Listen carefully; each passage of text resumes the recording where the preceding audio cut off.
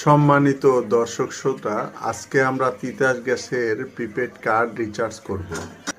আপনারা লক্ষ্য করে থাকবেন এখানে দুইটি বাটন আছে, একটি এ অপরটি বি।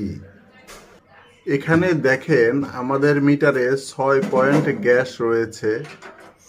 এখন আমরা একটি কার্ড রিচার্জ করব। আমার কাছে একটি কার্ডে আমি কিছু টাকা রিচার্জ করে নিয়ে এসেছি। এখন সেই কার্ডটি আমরা কিভাবে মিটারে লোড করব আসুন দেখে নিই।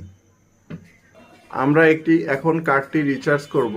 কার্ড রিচার্জ করার জন্য এ বাটনটি 2 বার চাপ দেই।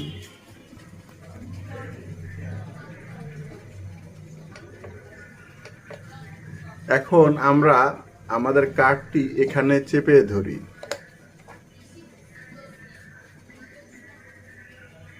দেখুন আমরা 38 পয়েন্ট গ্যাস পেয়ে গিয়েছি। এভাবেই আমরা আমাদের রিচার্জটি সম্পন্ন করলাম। ধন্যবাদ।